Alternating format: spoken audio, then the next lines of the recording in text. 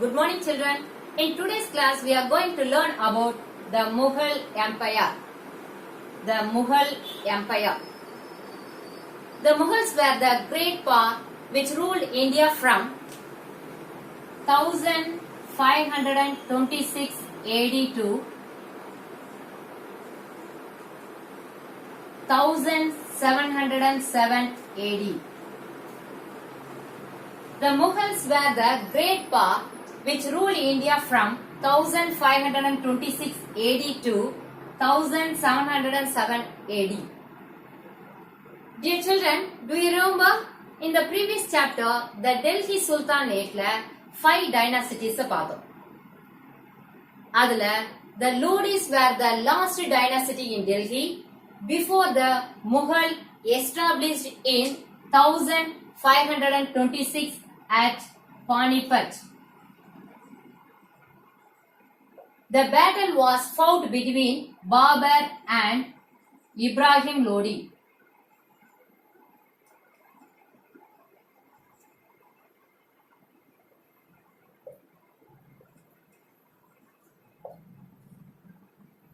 So a battle fought between Babur and Ibrahim Lodi army.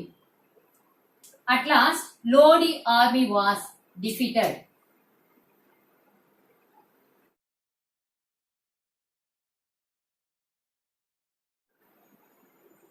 Okay children, in this lesson we are going to know about how the Mughals were able to capture the entire political power into their hands and who were the most famous emperors, and also to understand the administrative and political policies of the Mughals.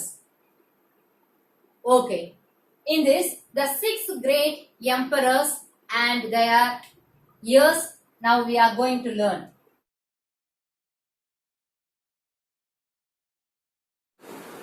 The first Mughal emperor Babur ruled from 1526 AD to 1530. The first Mughal emperor Babur ruled the country from 1526 to 1530 AD. Because of the Babur, the Mughal dynasty came to be established in India, followed by Humayun.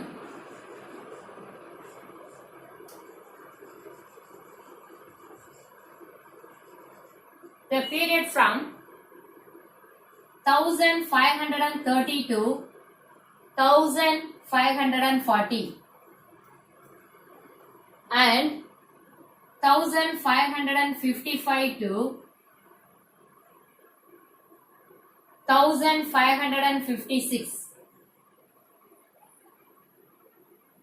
In this time gap, the another dynasty came to power. That dynasty called Sur dynasty. Sur dynasty founder was Shah Sur. The next great emperor Akbar, Humayun's son. The period between 1556 to 1605 AD. The next great emperor is Jahangir.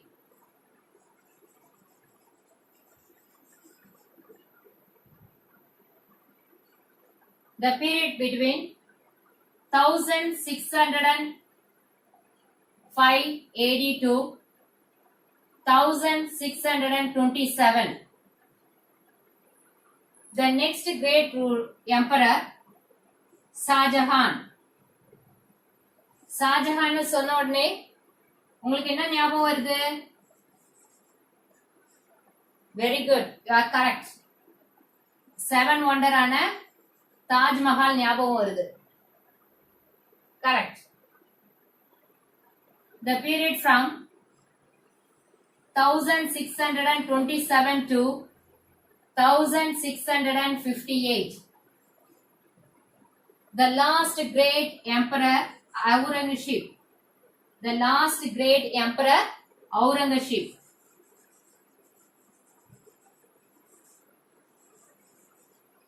The period from 1658 to 1707.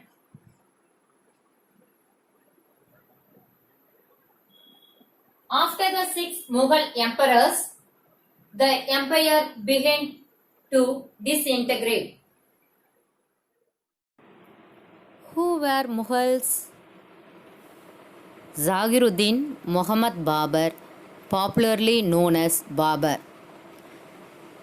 He was the founder of the Mughal Empire in India. The term Mughal can be traced to Babur's ancestors. The Mughal were descendants of two great lineage.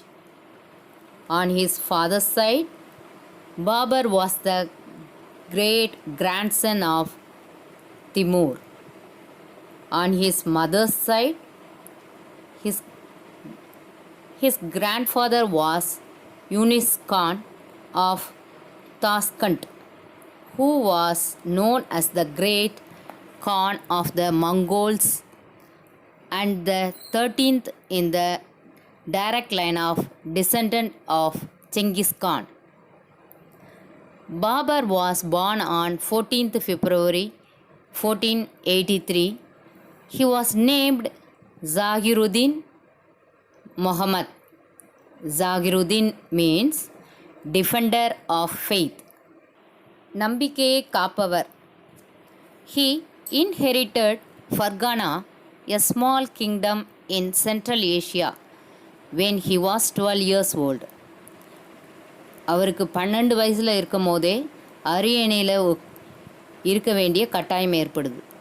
But he was soon driven out from their Uzbeks.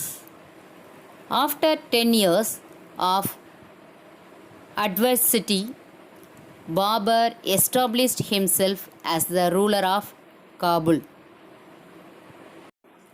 Foundation of the Mughal Empire.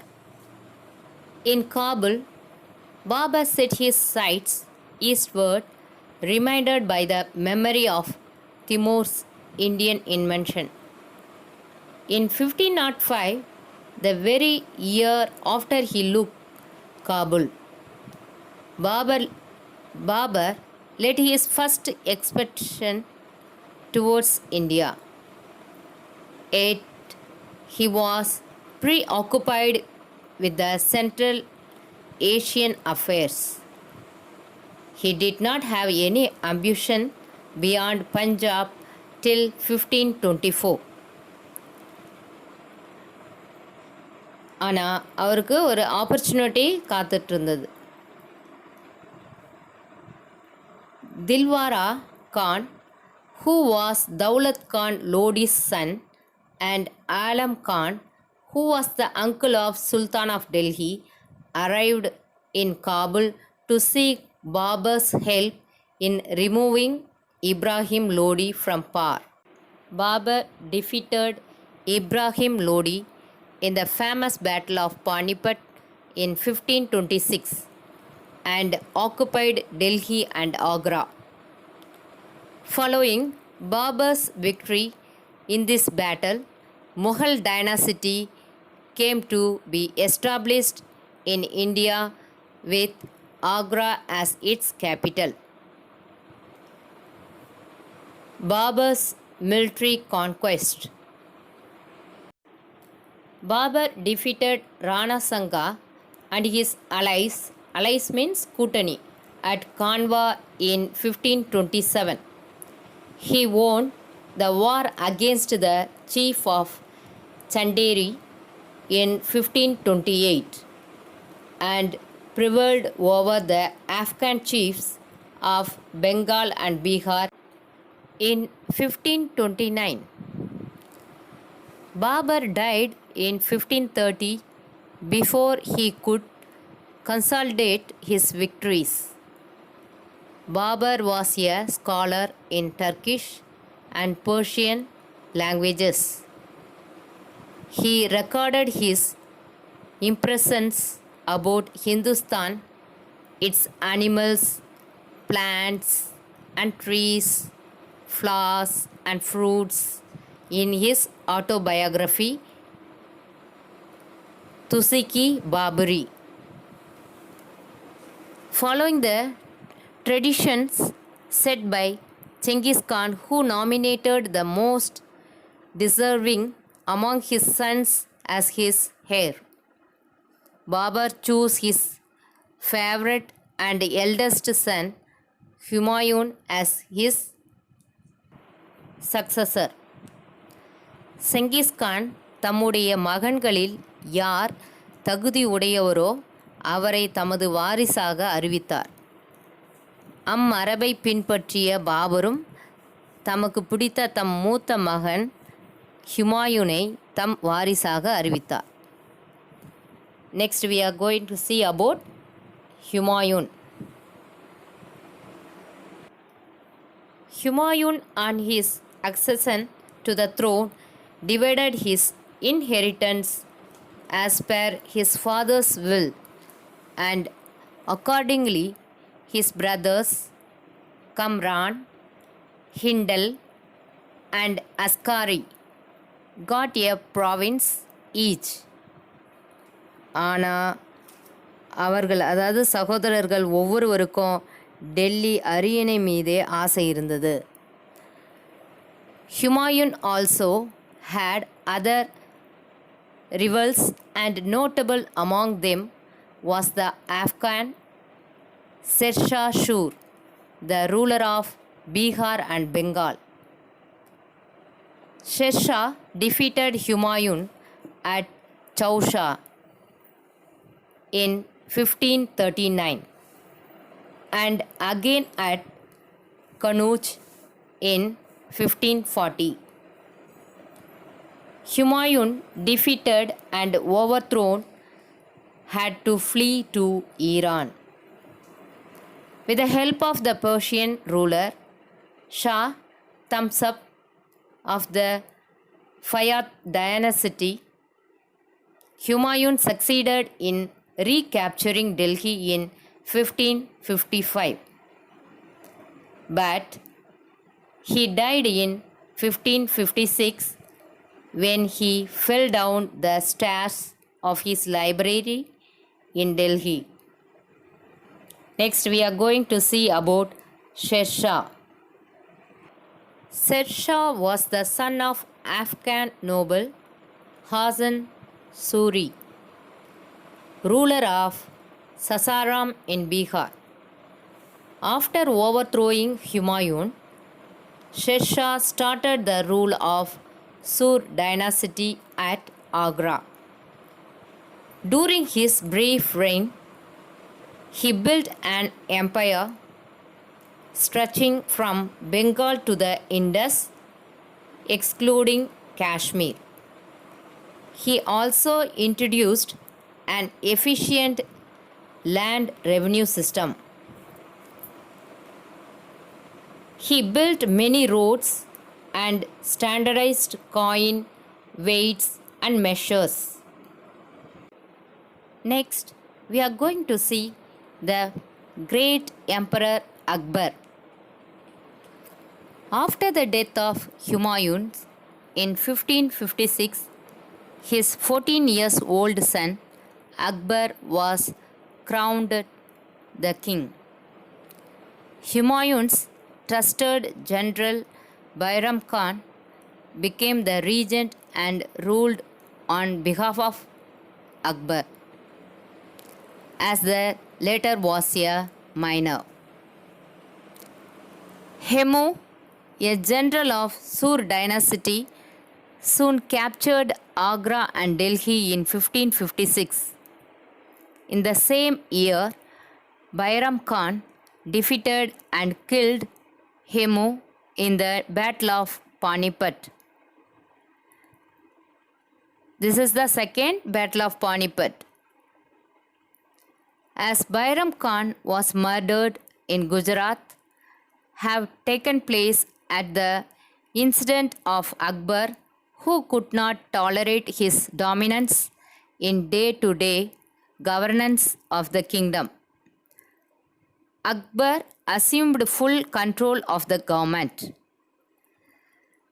பைரம் கான் எல்லா விதத்துலேயும் தலையிடுறத அக்பருக்கு விருப்பமில்லாதனால அவரை கொலை செய்துடுறாங்க.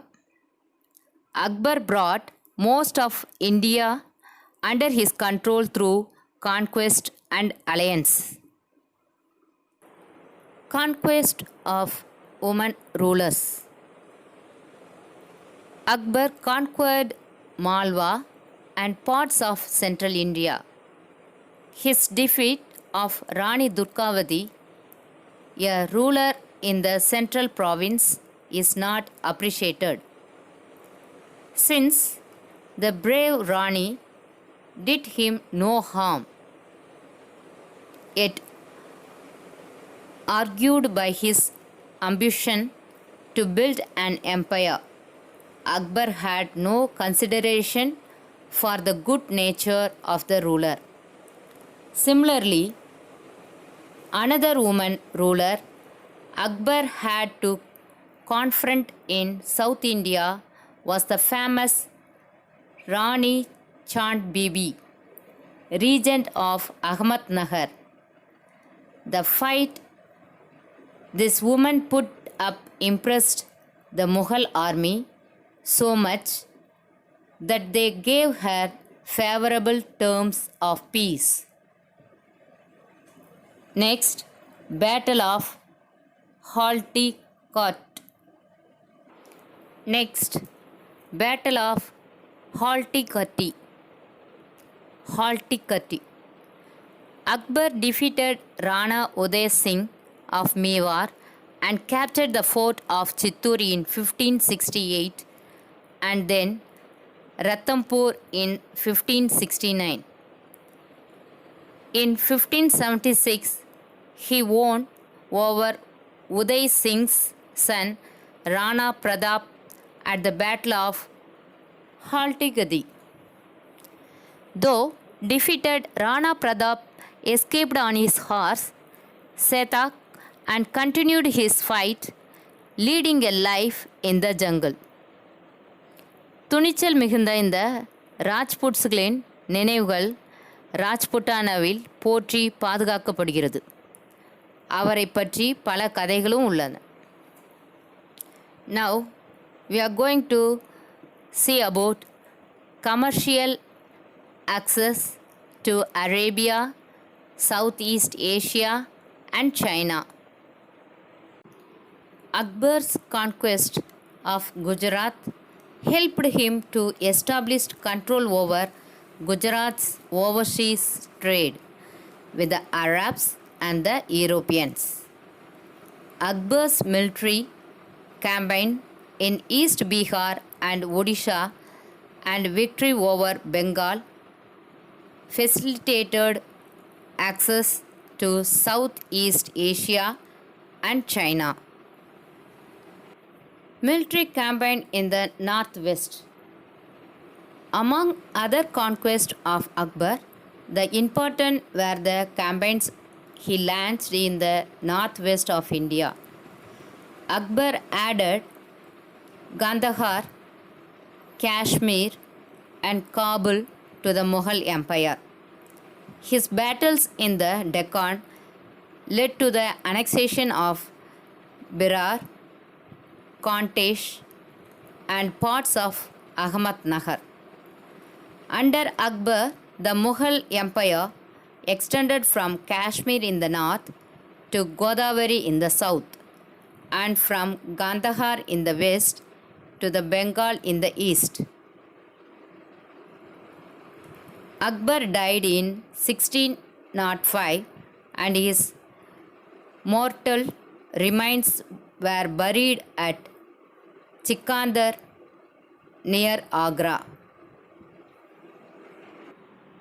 Next, Akbar's religious policy. வாள் வலிமையின் மூலம் பெறப்படும் ஆதாயங்களைக் காட்டிலும் அன்பின் மூலம் பெறப்படும் ஆதாயங்களின் ஆயுள் அதிகம் என்பதை அக்பர் உணர்ந்திருந்தார். எனவே இந்து ராஜ்புட்ஸ் மற்றும் இந்து மக்களின் நம்பிக்கையை பெற அனைத்து முயற்சிகளையும் மேற்கொண்டார். He established the jizya on non-Muslims and the tax on Hindu pilgrims. He also married a girl of a noble Rajput family. Later he married off his son to a Rajput girl as well. He appointed Rajput nobles to important and top positions in his empire. Raja Man Singh of Jaipur was sent as governor of Kabul once. Akbar treated all the religious group fairly with generosity of spirit. புதிய நகரான ஃபதேப்பூர் சிக்ரியில் அக்பரால் கட்டப்பட்ட இபாதத் கானா எனும் மண்டபத்தின் அனைத்து மதங்களின் அறிஞர்களும் ஒன்று கூடி உரையாடினர். Contributions to culture. Akbar was a great patron of learning. His personal library had more than 4,000 manuscripts. He patronized scholars of all beliefs and all shades of opinions. Abul Fazl, Abul Faizi and Abur Rahim Khan Khanan ஆகிய நூல் ஆசிரியர்கள் சிறந்த கதை ஆசிரியரான பீர்பால், திறமையான அதிகாரிகளான ராஜ தோடர்மால், ராஜ பகவான் தாஸ், ராஜ மான்சிங், பாடலாசிரியரான இசை மேதையுமான தான்சென், ஓவியர் தஷ்வந்த் ஆகியோர் அக்பரின் அவையை இடம்பெற்றிருந்தனர். Next, we are going to see about Jahangir. Akbar was succeeded by Prince Salim, his son through a Rajput wife, who was also named Nazaruddin Muhammad Jahangir. அதோடைய பொருள் உலகத்தை கைப்பற்றியவர். Jahangir was more interested in art and painting and gardens and flowers than in running the government. So, Jahangir's wife, Mehrunisa, known as Noor Jahan, was the real power behind the throne. Jahangir carried on to some extent his father's traditions. The toleration of religions of Akbar's time continued in Jahangir's time. But Jahangir ordered the execution of Sikh leader Guru Arjun for helping his rebellious son Khusro, who contested for the throne. This resulted in a prolonged fight between the Sikhs and the Mughals. As a result of this confrontation, the Mughals had to lose control over the trade routes to Afghanistan, Persia, and Central Asia. The loss of Kandahar exposed India to invasions from the northwest. Ahmednagar, though conquered by Jahangir, remained a source of trouble throughout his reign. Jahangir granted trading rights to the Portuguese and later to the English. Thomas Roe, a representative of King James I of England, visited Jahangir's court and this agreement paved the way for the British establishing their first factory in Surat. Next, we are going to see the great Emperor Shah Jahan. Prince Khurram, after a struggle for power, succeeded Jahangir as Shah Jahan. That means King of the World, உலகத்தின் அரசர். Shah Jahan ruled for 30 years. He led a campaign against Ahmednagar and annexed it in 1632. Bijapur and Golconda were also conquered later. Some Maratha warriors, notably Shaji Bhonsle, entered the services of the Deccan kingdoms and trained bands of Maratha soldiers to fight against the Mughals. So, there was a sustained resistance in the Deccan to the Mughal from the Maratha too. Shah Jahan was intolerant towards other religions than Islam. இவருடைய ஆட்சி காலத்தில் முகலாயரின் புகழ் அதன் உச்சியை எட்டியதுன்னு சொல்லலாம். Shahjahan fell ill in 1657 and a war of succession broke out among his 4 sons. Aurangzeb emerged successful after killing his 3 brothers Tara, Suja and Murad. தம் வாழ்நாளின் இறுதி 8 ஆண்டுகளை ஷாஜஹான் ஒரு கைதியாக ஆக்ரா கோட்டையில் உள்ள ஷார்பாத் அரண்மனையில் கழித்தார். Next, we are going to see the great emperor Aurangzeb. Aurangzeb, the last of the great Mughals, started off his reign by imprisoning his old father, Shah Jahan. He assumed the title Alamgir. ஆலம்கீர்னா உலகத்தை கைப்பற்றியவர் எனும் பட்டத்தை சூட்டிக்கொண்டார். He reigned for 48 years. He was no lover of art like his grandfather Jahangir and architect like his father Shah Jahan. He tolerated no religion excepting Islam. He reimposed the jizya tax on Hindus and excluded them from office as far as possible. நம்ம முன்னவே பார்த்தோம், Akbar abolished the jizya on non-Muslims. ஆனால் அவுரங்கசீப் அதை மீண்டும் கொண்டு வந்தார். Between 1658 and 1681, Aurangzeb remained in the north and suppressed the revolt of Bandelas, Jats, Satamis and Sikhs. Aurangzeb's expansions in the northeast resulted in a war, the Aghoms of Kamakrupa. The kingdom came under repeated attacks of the Mughals, but it could not be subdued totally.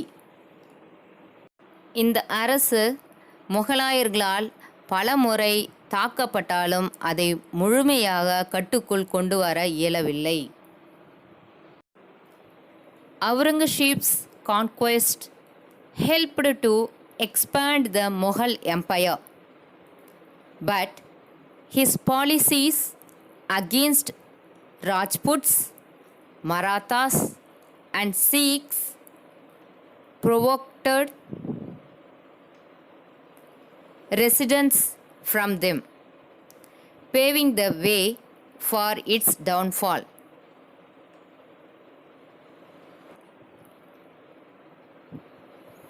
Thank you for listening me, children. Thank you.